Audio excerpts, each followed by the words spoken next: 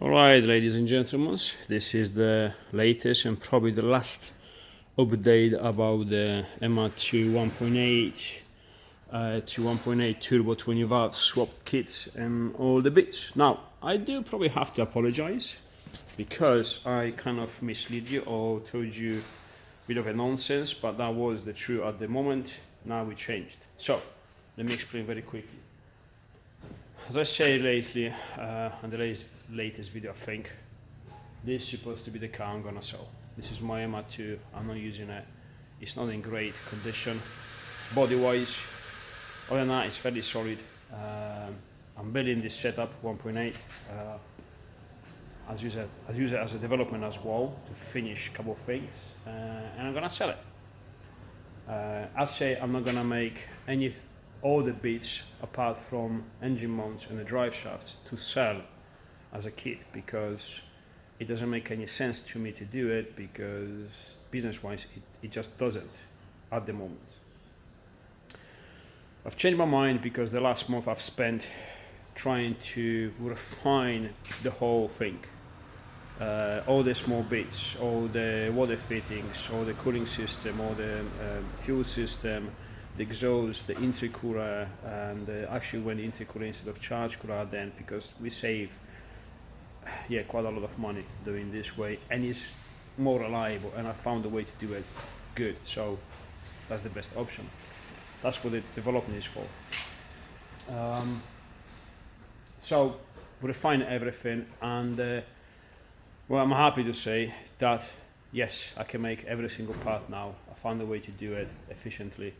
So it is worth for me as a business to do it, and it is worth for you to get it. It means that it's not too expensive, it's still affordable, and it solves you a lot of problems, and makes all this work very, very easy.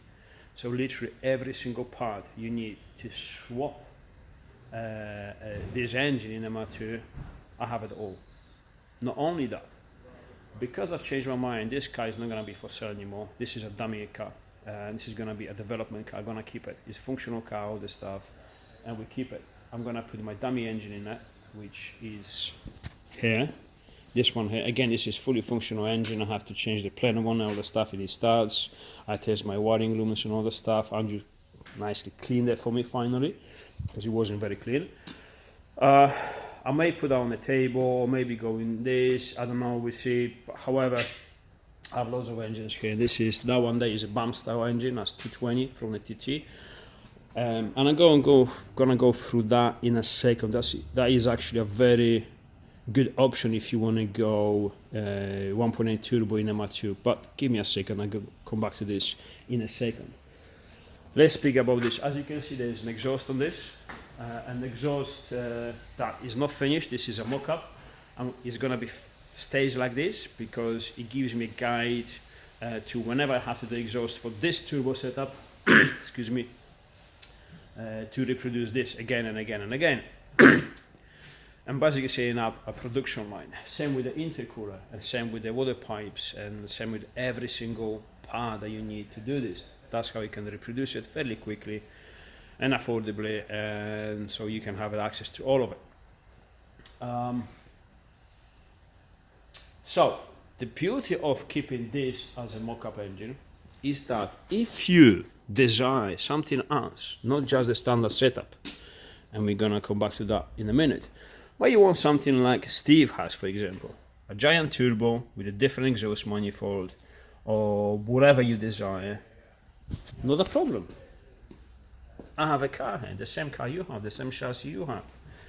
So my dummy engine inside, I put the exhaust manifold and a turbo you want to have, or you have when I send it to me, or I may have already. Put it on and build the exhaust system, build the intercooler system, the whole turbo system on it. Build it here, pack it up, and send it to you wherever you are. So that's a good option, I think, in my eyes. Or pick it up if you're local or whatever. In addition to that, obviously, like I said, I'm building the whole setups. Now this, for example, because I'm building this engine, this is a good engine, everything is good, checked, I've shown you before. I'm finishing it off. Once everything is ready, so everything attached, the gas pedal, all the electrics, all the water system, everything is working. Everything is going to be disassembled, put on the pallet, and it can go to the new customer, to the new owner, or it could be fitted to a different car. So, examples. You have a car, so, oh Thomas, I would like that in my car, can I bring it over, can you swap it? Yeah, no problem, it's about a week and it's ready, etc, etc. So this is something I'm gonna do, keep doing, like full setups on the engine, and off you go. Now, can you buy the whole setup just without the engine? Yes, that's another option, no problems. Everything built on your own engine, or I send everything to you to build it with your own engine, to build it for your own. And if you say, okay, I want to adjust the engine mounts, I want to fit the engine in, and then I see how much I can do, no problems. I can actually show you how to do it, because all these videos and all that stuff, actually I want to, probably next week, I'm going to go through all the process, how to build this stuff, you know, my engine mounts, all the gearbox conversions and all that stuff, how to put this stuff together, you know, how to assemble the stuff. I'm going to explain everything. But it's back to us.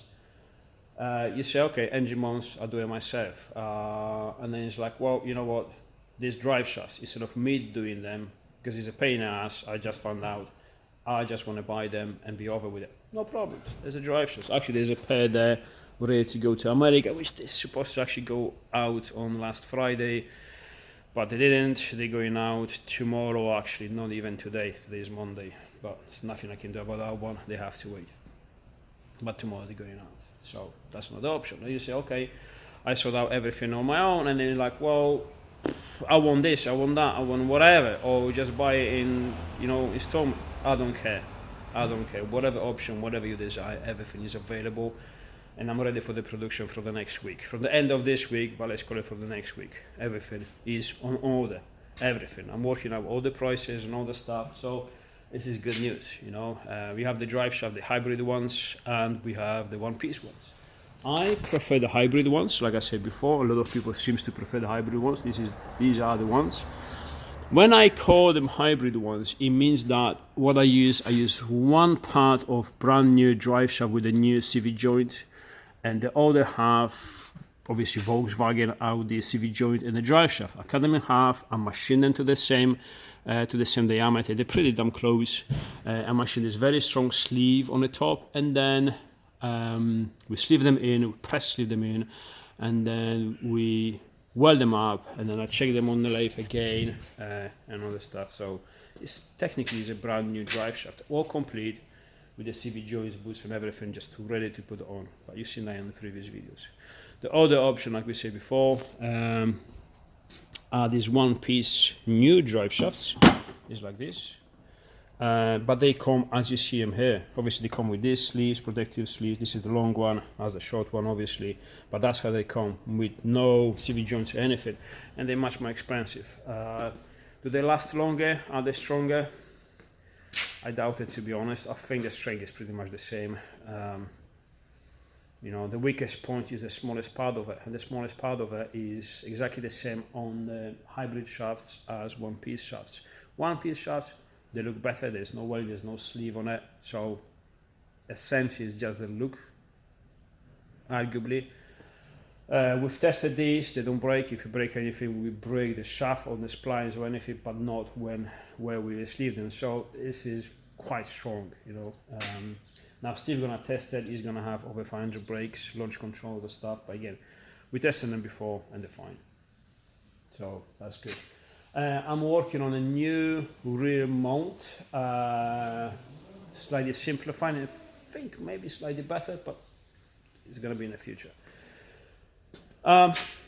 Let's go to the BAM style engine, so 220 brakes, 225 I think they are, whatever.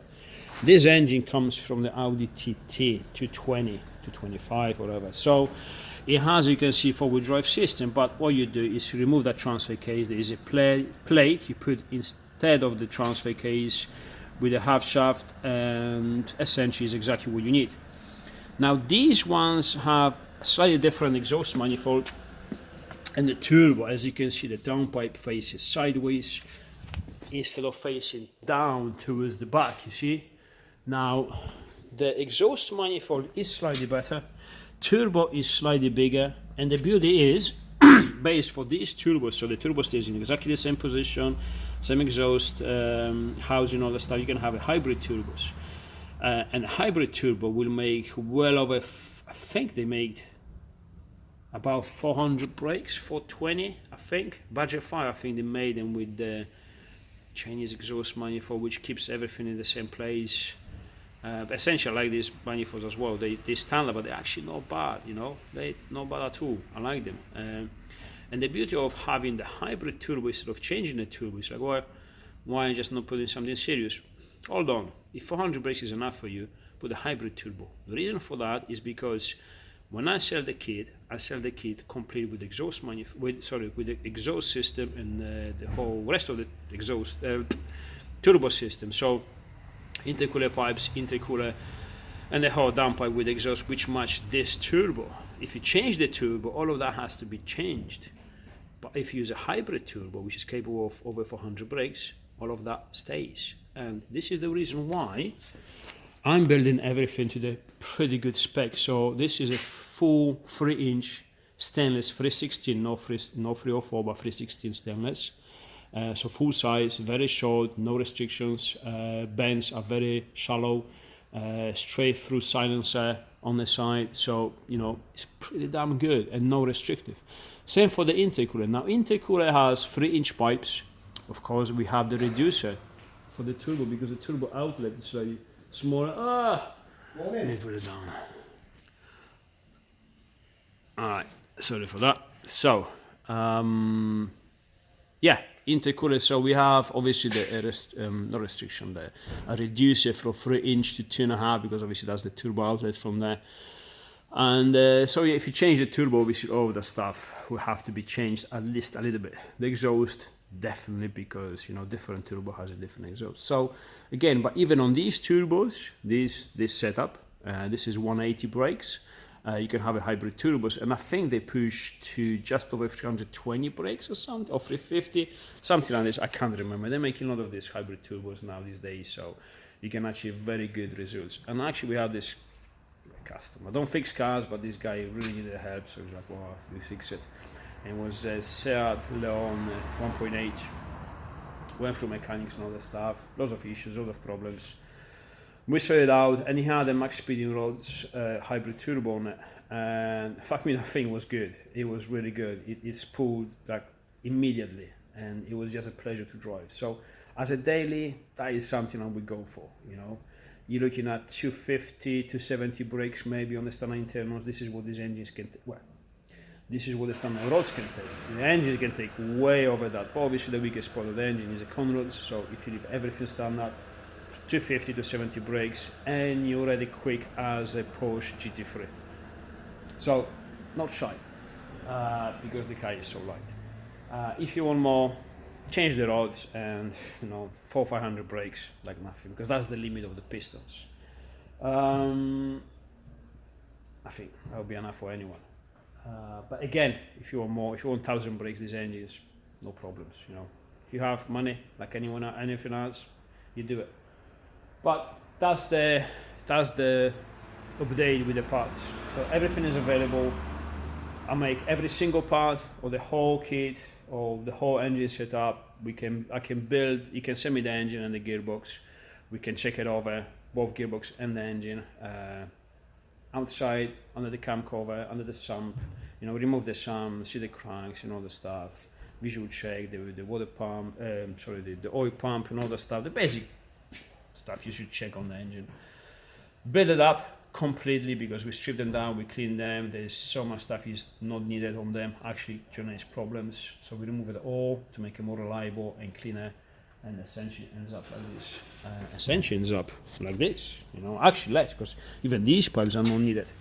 So it's very clean, and then I can build up everything from everything, the cooling system, which is completely different, the drive shafts, electrics, the whole intercooler, whole exhaust, engine mounts, gearbox mounts, everything that is needed. So, yeah, good news from next week. Essentially from this, but I have to sort a couple of things out. As you see, I'm still playing with the bike, a couple of small touches at the end before testing. Then let's not talk about the elephant in the room. Literally the elephant in the room. Let's leave it for now. But I want to tidy up a little bit. I have the 1.9 over there. That's the development engine. It's actually a good engine as well. I thought that was a demo. It was like crap inside. It's actually not. And yeah, all of these, forgot to say, it is still available for 1.9 as well. No problems. Because a lot of people actually ask for the 1.9 to my surprise. I thought they're not gonna like it, but it's actually good and people do appreciate them. So yes, all of this is available for 1.9 as well as the 1.8. So yeah, I think this is the news. This is all of it. Just material just arrived for more exhaust systems. 3-inch, 316. No 304, so this will never rust. You have to remember there's a difference in the stainless. You buy yourself a stainless exhaust, and then if you pay attention after a couple of weeks, it starts to rust. And it will be rusty as hell after a while on the surface. It will not rust through, but it will be rusty on the surface because that is called 304 stainless. It's the cheapest one you can get, and it's the most used by pretty much everyone to build exhaust systems. You know, you have it nice and shiny like this, and then it's like, whoa, it looks crap after a month. How come? Because this is what you buy. But I build exhaust like not many people do in 316 stainless. It's much more expensive, but it stays like this forever.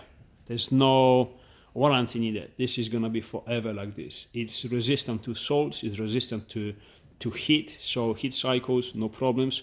Of course, it's gonna take some color. It's gonna take some purple and goldish color, pretty much the same colors when you weld them. But that's it, like this, you know. But that's it, and it's gonna stay like that forever. So that's pretty good, I guess. All right, that's it. Next update is pretty much not needed. That's all. Next video gonna make it with the engine, assembling the whole kit, the engine mounts, because again, you still have to do it yourself. You have to adjust the you know, the engine mounts, the gearbox selectors and all the stuff. There are a couple of things that you have to weld, because when you assemble this stuff, there is, for example, a selector, one of these on your old gearbox that this has to be used, and this one here, this part here has to be chopped off, and the new part has to be welded on. If you don't have a welder, just put up to any workshop. It's 2 spots of welds and it's fine. You know, it literally takes 30 seconds to do it. But this is something you have to do it, because this is what we use, you know. And unless you send it to me, then no problems. I'll do it for free. I'll weld it on for free. But if you go to any local garage to do it for you, they probably wouldn't charge you anything, because it literally takes a few seconds to do it. A couple of spot welds and it's ready. So don't be scared about that.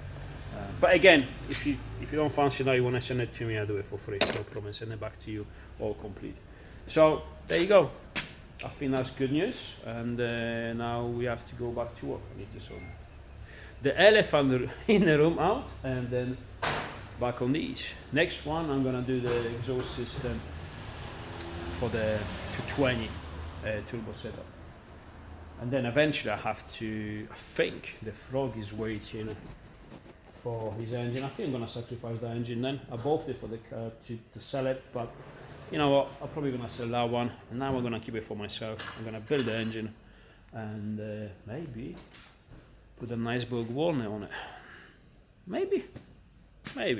Got the rods, you know, build the engine up and do it. We'll see. See you in a bit.